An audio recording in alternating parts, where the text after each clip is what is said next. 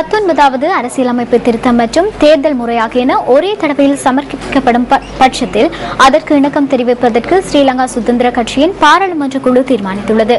கட்சியின் தலைவர் ஜனாதிபதி மைத்ரிபால சிறிசேன தலைமையில் இன்று இடம்பெற்ற கூட்டத்தின் போதே இந்த தீர்மானம் எடுக்கப்பட்டுள்ளது. சுயாதீன ஆணைக்குழுவை மீள ஸ்தாபிப்பது, நிறைவேற்றாதிகாரம் கொண்ட ஜனாதிபதி முறையின் சில அதிகாரங்களை திருத்துவது உள்ளிட்ட விடயங்களை கொண்ட 19வது அரசியலமைப்பு திருத்தம் கடந்த மார்ச் மாதம் 24 பாராளுமன்றத்தில் முன்வைக்கப்பட்டது. இந்த அரசியலமைப்பு திருத்தம் தொடர்பில் உயர்நீதிமன்றத்தில் 19 மனுக்கள் தாக்கல் செய்யப்பட்டதுடன் அவற்றுள் 14 மனுக்கள் அதற்கு எதிராக தாக்கல் செய்யப்பட்டன. கோமிந்தாசிரி, ஜீவன் பெரேரா, உதய கமன்பில, டி வீரசேகர, பென்கமுவ நாலுக்க தேரர், ஸ்வர்ணபாலி வணிகசேகர, மாத்தரை ஆனந்த சாகர தேரர், சோவிர சந்திரசிரி, நிஷ்நாத், ஸ்ரீ வர்ணசிங்க, MTV சேனல் தனியார் நிறுவனம் மற்றும் MBC நெட்வொர்க்ஸ் தனியார் நிறுவனத்துடன் சிசிர ஜாயகுரி ஆகியோரே இந்த மனுக்களை தாக்கல் செய்தனர். பிரதம நீதியரசர் கே ஸ்ரீபவன், சந்திரா ஏகநாயக்க மற்றும் பிரியசாத் டெப் ஆகிய மூவர் அடங்கிய உயர்நீதிமன்ற நீதிபதிகள் குழா முன்னிலையில் இந்த மனு தொடர்பில் விசாரணைக்குட்படுத்தப்பட்ட பின்னர் உயர்நீதிமன்றம் தமது கருத்தை சபாநாயகரிடம் அறிவித்திருந்தது. அதன் பிரகாரம் சபாநாயகர் பாராளுமன்றத்தில் இது தொடர்பில் நேற்று அறிவித்ததுடன் 19வது அரசியலமைப்பு திருத்த சட்டமூலத்தின் சில சரத்துக்களை நிறைவேற்றுவதற்கு மக்கள் அபிப்பிராய வாக்கெடுப்பு அவசியம் என குறிப்பிட்டார். 19வது அரசியலமைப்பு திருத்தத்தில் குறிப்பிடப்பட்டுள்ள அமைச்சரவையின் பிரதானியாக பிரதமர் இருக்க வேண்டும் என்ற சரத்தை மக்கள் அபிப்பிராய வாக்கெடுப்பு மூலம் நிறைவேற்ற வேண்டும். අමාත්‍යවරුන් සංඛ්‍යාව අමාත්‍යංශ සහ අමාත්‍යවරුන්ට පවරන විෂයන්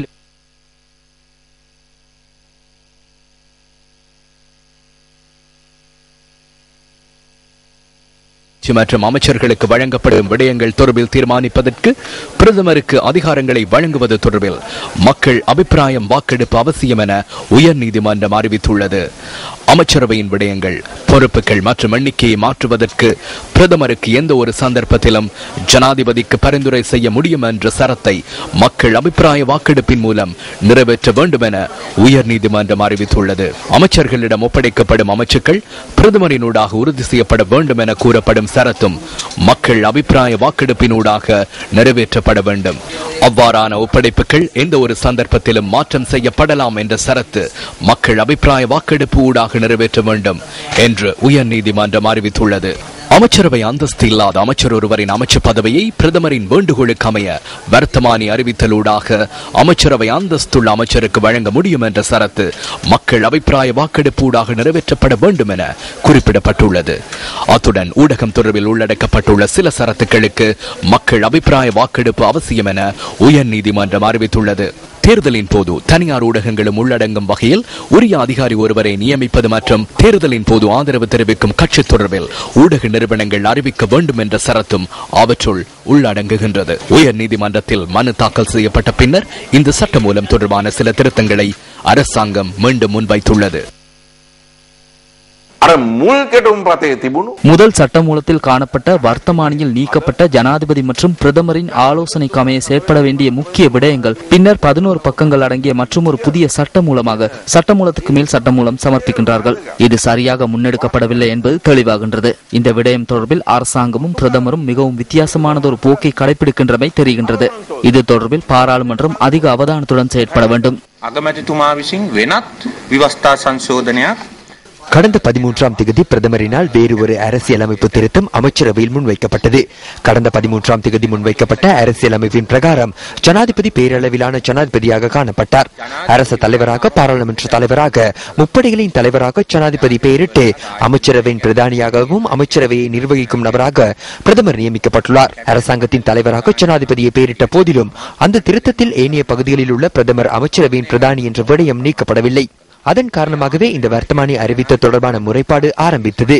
இந்த முரண்பாட்டை நீக்குவதாக தெரிவித்து மற்றொரு திருத்தத்தை மேற்கொண்டு அந்த வர்த்தமானி அறிவிக்காது அரசியல் அமைப்புக்கு எதிராக நீதிமன்றத்தில் முன்வைத்தனர். உயர் நீதிமன்றத்தின் தீர்மானத்திற்கு அமைய இந்த நிறைவேற்று அதிகாரம் கொண்ட ஜனாதிபதி முறையை ஜனநாயகமாக்க வேண்டும் என நாம் தெளிவாக கூறினோம். அவ்வாறு எனின் அரசு தலைவராகவும் பாராளுமன்றத்தின் தலைவராகவும் முப்படைகளின் தலைவராகவும் ஜனாதிபதி தொடர்ந்தும் காணப்படுவார். எனினும் அவரிடம் உள்ள சில அதிகாரங்கள் குறைக்கப்பட்டிருக்கும். அதுவே இந்த நாட்டிற்கு சிறந்தது. நாம் அதற்கு ஆதரவளிப்போம். ஜனநாயக மயப்படுத்தப்பட வேண்டும். உண்மையில் இவ்வாறு இடம்பெறவில்லை. கட்சிகளின் தலைவர்கள் அனைவரும் இணக்கம் தெரிவித்த ஆவணங்களை கடந்த மார்ச் 15ஆம் தேதி பிரதமர் நடைமுறைப்படுத்தி இருந்தால் இந்த பெருப்பேறு ஏற்பட்டிருக்காது. இதனை மேலும் திருத்தத்திற்கு உட்படுத்த முடியுமா என்ற பிரச்சனை எழுந்துள்ளது. அதற்கான சந்தர்ப்பம் உள்ளது. பாராளுமன்ற விவாதத்தின் போது மீள அந்த நிபந்தனைகளை முன்வைத்து அதில் திருத்தத்தை மேற்கொண்டு அதனை சட்டமாக்கும் உரிமை காணப்படுகின்றது. அதனை எந்த ஒரு சந்தர்ப்பத்திலும் உயர் நீதிமன்றத்துக்கு அனுப்ப வேண்டியதில்லை. பாரிய திருத்தங்களின் போது பாராளுமன்றத்தில் 3/2 பெரும்பான்மையை பெற்றுக்கொள்வது மிகவும் கடினமான விடயம் என்பதை நினைவில் கொள்ளுங்கள். இந்த சட்டமூலத்தை நிறைவேற்றுவதில் எவ்வித சிக்கல்களும் இல்லை. மக்கள் அபிப்பிராய வாக்கெடுப்பு இன்றி இந்த சட்டமூலத்தை நிறைவேற்றுவதற்கு நாம் அனைவரும் ஒன்றிணைந்துள்ளோம். 20 மற்றும் 21ஆம் தேதிகளில் இந்த சட்டமூலம் தொடர்பில் விவாதிக்கப்பட உள்ளது.